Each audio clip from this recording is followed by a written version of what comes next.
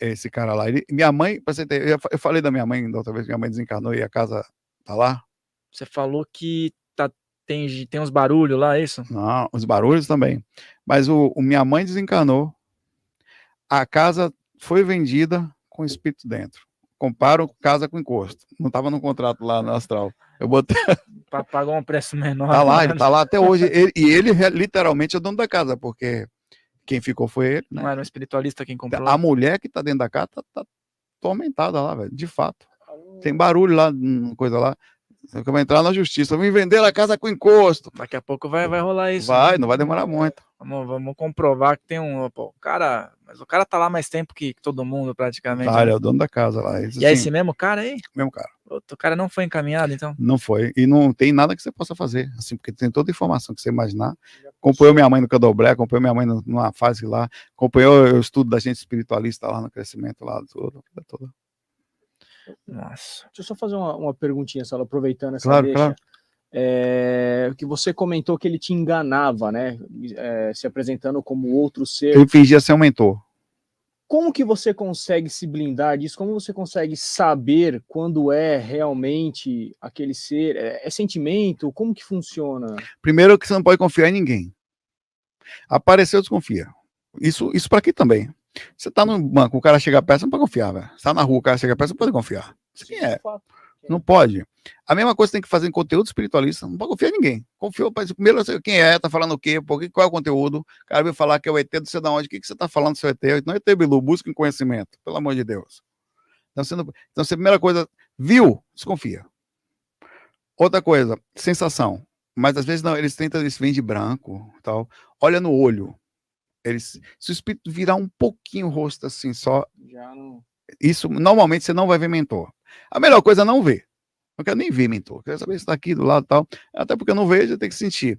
Mas se vê, olha nos olhos. Eles virou o rosto um pouquinho, velho. O espírito quando aparece de costa, ou por exemplo, outra coisa que eles fazem também. Eu fui deitar depois de sair do PPB, tive uma experiência meio lúcida, eu vi um espírito.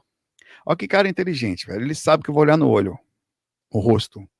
Aí que foi que eu esqueci até de falar pra Carita isso. Mas eu falei para ela que eu tive uma experiência forte com ela, com um espírito passando por ela.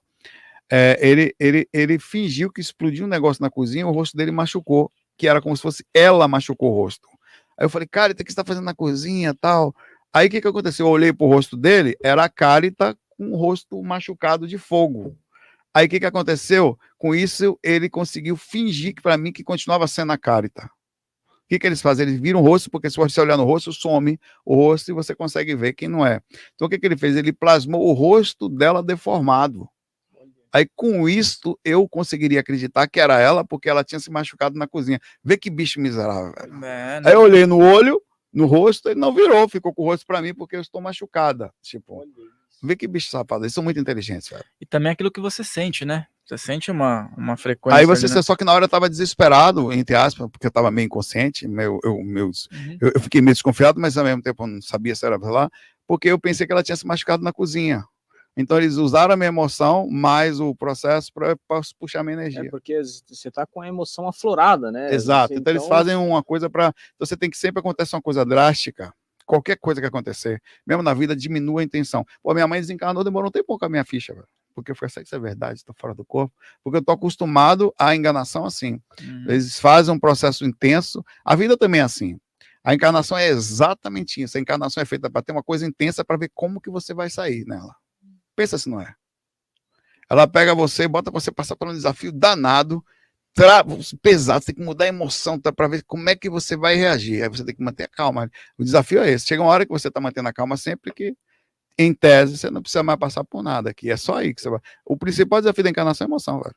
É a tua emoção, o seu sentimento, né? Como você vai lidar com uma situação. A intelectualidade, ela só serve se você consegue organizar ela. Porque senão ela vira arrogância, vira medo, vira desequilíbrio, né? Sensacional.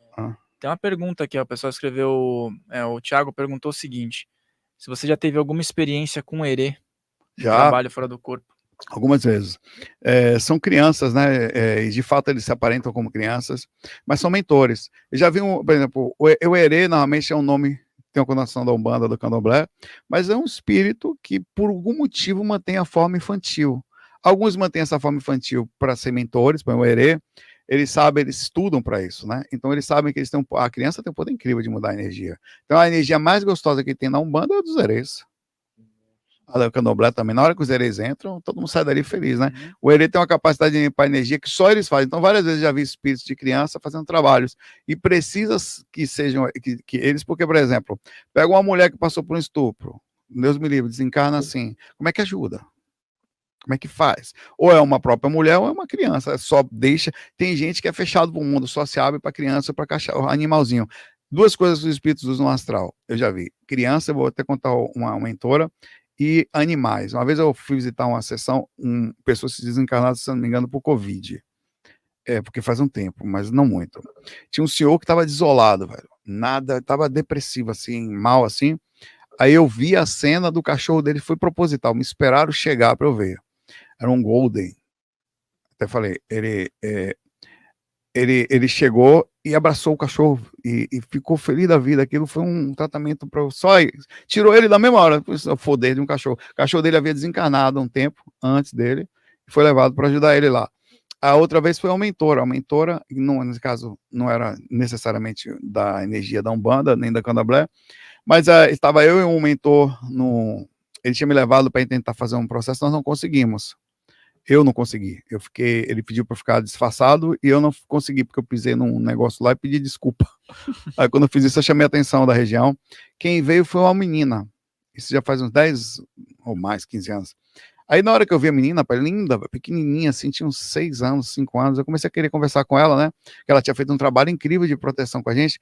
Na hora que ela falou com voz de criança, mas super lúcida, velho. Não, eu falei, por que você tá na forma de criança? Eu vou encarnar em breve. Em breve, quando daqui a 25 anos, ela falou. Em breve. Tá se preparando.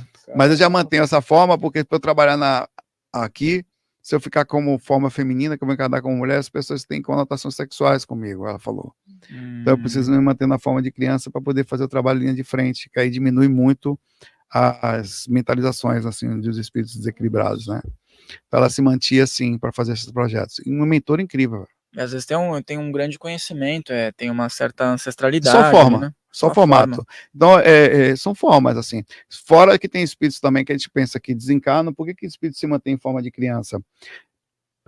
Na hora de encarnar, até você pode ver isso no livro Deixe-me Viver, de Luiz Sérgio, na hora que conecta as energias, o espírito já sofre um baque. É como se fosse uma semi-encarnação já. Por exemplo, nós não estamos no normal agora, nós somos muito mais do que isso aqui, né? Aí eles sofrem o baque. Então, quando há um desencarne na infância, ou durante uma gestação, por exemplo, um aborto, seja de qual motivo fosse, um aborto não idealizado e tal, muitos espíritos continuam com a psique infantil. Então é comum que existam creches, mães que, durante a amamentação, que vão amamentar no astral. Agora tem aqueles que desarmonizam, você aí tem umas coisas estranhas também. Tem bebê com metade bebê, metade adulto, que fica assim desarmonizado assim também, tem umas coisas bem bizarras assim, mas normalmente tem crianças no astral por isso, e não retorna logo. Uma criança quando encarna, mesmo sendo um alto, por exemplo, Jesus Cristo se encarnar, ele passa pela infância, velho. Mas passou, na verdade, né? Especificamente naquela vida. Se ele pode fazer diferente, a gente não sabe, mas ali ele passou assim. Ele, enquanto criança, ele era criança, mesmo com a grande consciência dele. O processo de retorno também é paulatino. É um pouquinho mais rápido, mas você não desencarna agora e do nada vira a sua personalidade Não, você vai voltando aos pouquinhos também. Processo. É um processo de vai crescer, como se fosse criança, adolescência, até você voltar à sua consciência astral. Tem as mães espirituais, né? Tem. Essas mães, né? Os herês, eles mantêm assim como uma linha de espíritos que devem trabalhar na linha de ajuda, né? E vem para dar uma força que só eles conseguem para algumas pessoas. Tem uma pureza ali, né? Até eu estava pesquisando mais sobre essa linha aí. Tem o poder de desatar algumas coisas, né? É emocional, né? Você começa a brincar com a criança, você sai. Tem gente que só se desconecta brincando com a criança. O cara é adulto, complexo, não sei o que tal. Bota a criança perto, é a hora que a pessoa relaxa um pouquinho, desliga, né? Só ali que ela desliga.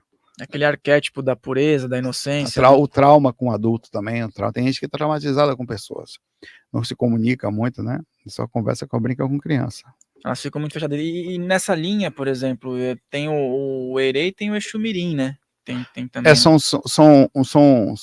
linhas. Provavelmente o Exu Mirim, assim, acho que o Erê ele já é uma linha de frente, né? Mas não são todos. Provavelmente o Exu Mirim é uma linha de frente mesmo. É um espírito que vai fazer trabalho. E pensa que, às vezes existe resgates que só uma criança conseguiria fazer, quebrar aquilo, né? Vai lá na frente, tal, forte, faz uma brincadeira, modifica a energia, vê a presença de uma criança fazendo o projeto, a pessoa se sensibiliza, que está no estado de rua. Faz sentido existir, né? Porque também, às vezes, por mais uma coisa que a gente podia pensar, né? Será que, eu não sei se existe a terapia com reiki nos hospitais, será que a terapia, dois tipos de terapia que a gente podia pensar, a terapia com crianças, para pacientes em estados difíceis, e a terapia com animais também. Pô, você pega uma pessoa triste ali, né? Eu não sei, talvez isso não seja feito pela questão de saúde, né? Mas veja o poder que teria de uma criança chegar no lugar e modificar a energia de um paciente que está ali no estado, às vezes, visitar, difícil. Você fala, né? Tipo, sim.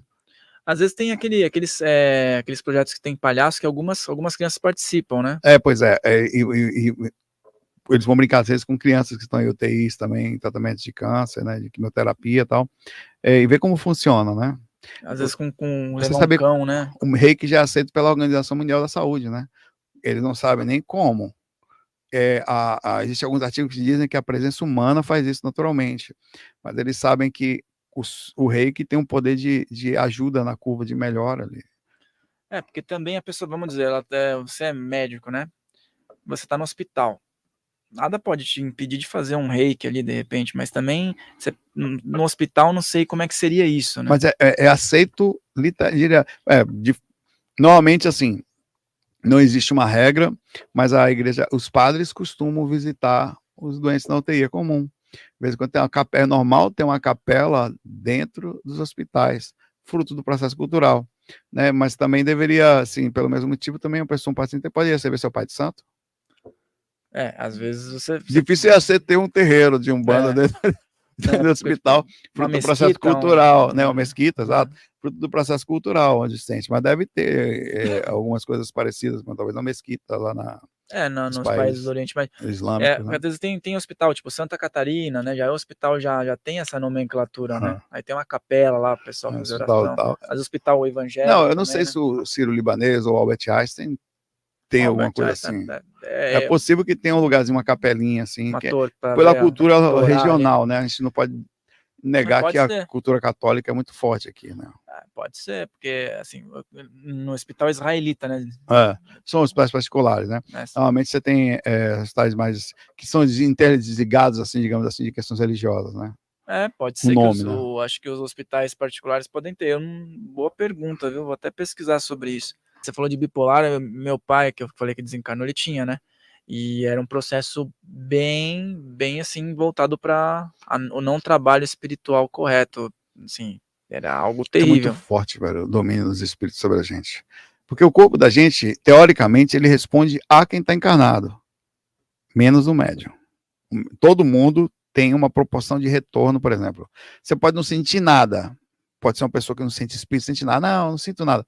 Se um espírito encosta em você, você começa a ficar de mau humor, nem percebe que não é você mais. Parece que o cara é carrancudo. Você pensa que o cara é carrancudo, tal, mas na verdade o espírito pede você. Então você responde. Você não sente essa energia, mas você responde ao espírito. Só que o médium responde muito a personalidade, ele responde de mudar a personalidade, vira outro ser, velho. Você começa a conviver com outro ser. Eu fui criado por um espírito, minha mãe lá, apanhei do espírito. Oxe, jogava chinelo na gente. Minha mãe incorporada, foi meu pai ali. Eu falo do corpo, aí meu pai, apanhei dele, velho. Desde criança, apanhava, xingava, baixava, quebrava as coisas. Minha mãe incorporava dentro de casa ali de virar o demônio mesmo, velho, assim. Por causa disso. Minha mãe cansou de fazer um monte de... Minha mãe era uma pessoa incrível, velho, muito legal. Mas com aquele espírito, velho, era... Porque não estava conseguindo trabalhar. Ela não trabalhava, ela fugia, ela atribuiu, e de fato, verdade, tá? Tudo que aconteceu dela por causa ela era do candomblé, uma época. Por causa o que aconteceu? Ela e meu pai, elas tinham um trabalho a fazer. Eles iam montar um centro espírita, para você ter ideia. O objetivo era eu e meu irmão nascermos para continuarmos o centro espírita. Eu e o irmão Sandro. Só que não foi feito. Até você falou que você viu o casamento, né? Viu o casamento deles, o objetivo era esse. Rapaz, minha mãe incorporava, velho. Minha mãe quebrava as coisas dentro de casa. Minha mãe cansou de brava com o filho, pegar as roupas do filho e jogar tudo na rua. Quebrava, rapaz, quebrava meu irmão André, que se lascou muito com ela. Com o espírito, velho. O espírito era racista, o espírito. Ele chamava todo mundo de nego. Eu incorporava, nego, acorda, baixava a cabeça assim. Bicho bravo, velho. Pensa do cara bravo, cara. E aí não tinha o que fazer. Eu via fora do corpo várias vezes esse espírito, várias vezes. Encontrava com ele fora do corpo, ele tentava enganar a gente, ele corria de mim. Ele corria porque sabia. Mas tentava me enganar, jogava um monte de coisa em mim às vezes, assim, mas eu não corria, então ele continuava correndo. Tentava me enganar dizendo que era seu pena branca, o tempo todo ele corria. Lembre-se de deixar o seu like aqui nesse vídeo, de se inscrever nesse canal, e se você gostou desse corte, o episódio completo está aqui na descrição. Ah, e também se inscreve lá no nosso canal oficial, Filhos do Todo, para você acompanhar as outras entrevistas.